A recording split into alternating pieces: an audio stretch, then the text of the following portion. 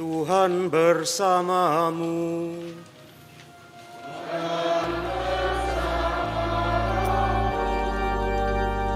Inilah Injil suci menurut Yohanes.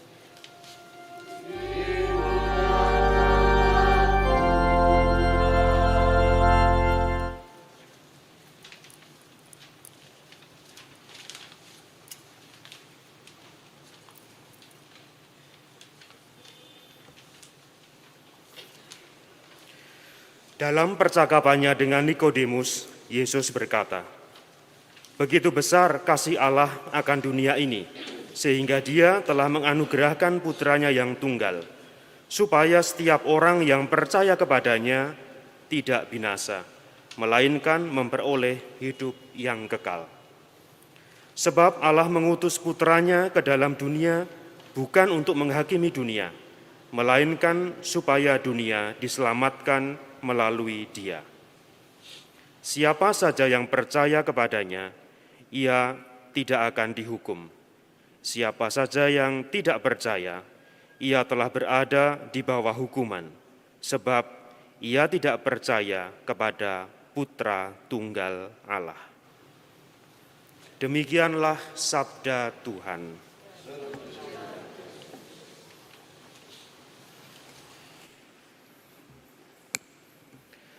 Para saudari dan saudara yang terkasih dalam Kristus, pada hari ini dan besok, para saudara dan saudari kita pengikut Sang Buddha merayakan Trisuci Waisak. Dan kita sebagai umat Kristiani pada hari ini, pada minggu ini, merayakan Hari Raya Tritunggal Maha Suci. Dalam suatu ekskursi, dalam rangka suatu kursus yang pernah saya ikuti, salah satunya adalah mengunjungi suatu gereja kuno.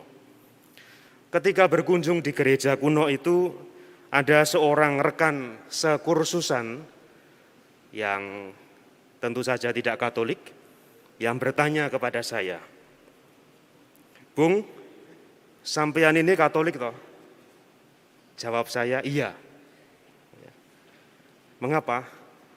Dia bertanya, "Mengapa di tempat ibadat agama Anda itu dipenuhi dengan gambaran-gambaran penderitaan? Ada banyak sekali gambaran-gambaran orang yang menderita." Mungkin kalau yang dikunjungi ini Gereja Kota Baru akan bercerita lain, karena di sini serba warna-warni yang menarik sekali. Seingat saya waktu itu saya menjawab, waktu itu saya mengatakan, karena penderitaan yang digambarkan di lukisan-lukisan itu, di relief-relief itu, menyimbolkan pengalaman kasih yang tanpa batas. Untunglah dia tidak bertanya lagi, karena lalu kami sibuk melanjutkan acara. Mungkin kalau ditanya lebih lanjut, saya juga tidak bisa menjawab lebih lanjut dengan jelas. Kasih yang tanpa batas, yang digambarkan dengan Yesus yang tersalib, gambaran-gambaran para martir yang menderita. Tetapi tentu saja kasih yang tanpa batas bukan milik manusia. Karena bagaimanapun manusia selalu terbatas. Termasuk kasih yang kita ungkapkan selalu terbatas. Kasih yang tanpa batas adalah milik Allah. Sang Yang Maha Kuasa yang jauh di sana berkenan menapaki jalan yang setiap hari dititi oleh manusia, seperti Anda dan saya, manusia lumrah dalam segala perjuangannya. Sang Yang Maha Kuasa bahkan berkenan menderita seperti manusia. Itulah kiranya, menurut pembacaan saya, yang diwartakan oleh bacaan-bacaan yang kita dengar pada hari ini, pada Hari Raya Tritunggal Maha Suci. Bukan soal memahami misteri Tritunggal, tidak. Sebab bagaimanapun tidak mungkinlah kita memahaminya. Para leluhur kita, mereka yang dalam kasanah Jawa pernah mengatakan, Gusti iku tan kena kiniro, tidak bisa diperkirakan. Tan kena kinoyo opo, tidak bisa diumpamakan dengan perumpamaan apapun. Karena begitu agung, sehingga daya pikir kita tidak pernah sampai untuk bisa memahaminya secara tuntas. Bacaan-bacaan hari ini justru mengundang kita pertama-tama bukan untuk memikirkannya, tetapi untuk memasuki pengalaman akan Allah. Allah Bapa menciptakan kita sebagai ciptaan yang amat sangat baik. Tetapi karya Allah tidak berhenti pada penciptaan. Nabi Musa dalam bacaan pertama berseru, "Berjalanlah kiranya Tuhan di tengah-tengah kami." Menurut saya ini adalah suatu doa yang sangat dahsyat. Tuhan, berjalanlah bersama kami dan ambillah kami menjadi milik-Mu. Dalam doa yang disampaikan Musa ini terkandung suatu kerinduan agar manusia ditemani oleh Allah. Kerinduan agar manusia berada di dalam rangkulan Tuhan. Berjalanlah kiranya Tuhan di tengah-tengah kami, ambillah kami menjadi milik-Mu. Itulah doa kerinduan Musa. Allah yang menerangi, yang menemani perjalanan umat manusia itu, Allah yang berjalan bersama manusia itu, mencapai puncaknya pada diri Yesus Kristus.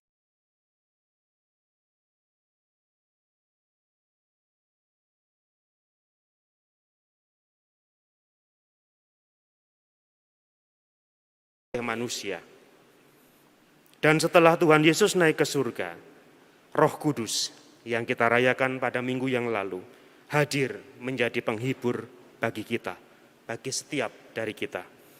Kita ingat minggu yang lalu dalam salah satu doa yang dinyanyikan, doa kuno, kita mengungkapkan kepada Roh Kudus itu, kuatkanlah yang lemah, bangunkanlah yang rebah, segarkanlah yang lelah, yang kotor bersihkanlah, yang kering siramilah, yang luka sembuhkanlah, yang kaku haluskanlah, dan yang beku luluhkanlah. Itulah doa kita setiap hari kepada Roh Kudus yang dijanjikan oleh Tuhan Yesus sebagai Allah yang menyertai perjalanan kita, yang menjadi sumber bagi kekuatan kita. Allah yang sejak penciptaan menemani kita selalu.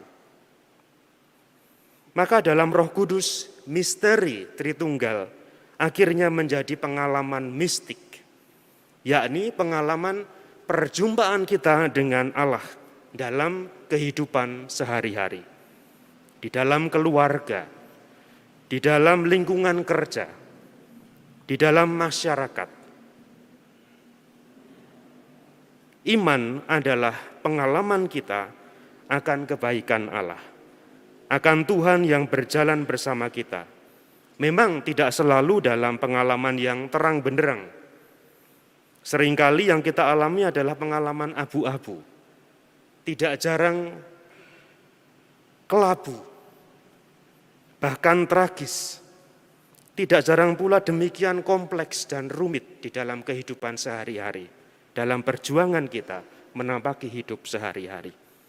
Maka Allah Tritunggal Maha Kudus sebagai sumber kasih, sebagaimana diungkapkan dalam tema yang kita angkat pada hari ini, pada akhirnya adalah suatu ajakan bagi kita, bagi Anda dan saya, untuk mewujudkan kasih itu, menjadi perwujudan kasih yang pertama-tama telah kita rasakan dari Allah.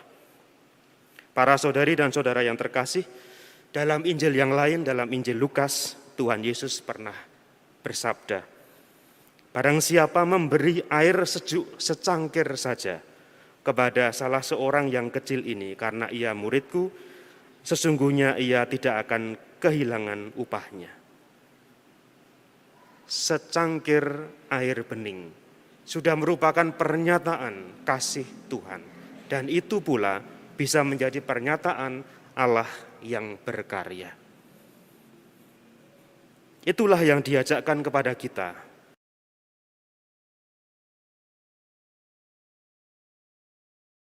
Satu undangan bagi kita untuk mewujudkan kasih dalam hidup sehari-hari. Sesederhana secangkir air bening untuk yang lain. Para saudari dan saudara yang terkasih dalam Kristus, saya ingin menutup renungan ini dengan mengutip kata-kata yang sering dilekatkan pada sosok Ibu Teresa Santa dari Kalkuta. Buah dari keheningan adalah doa.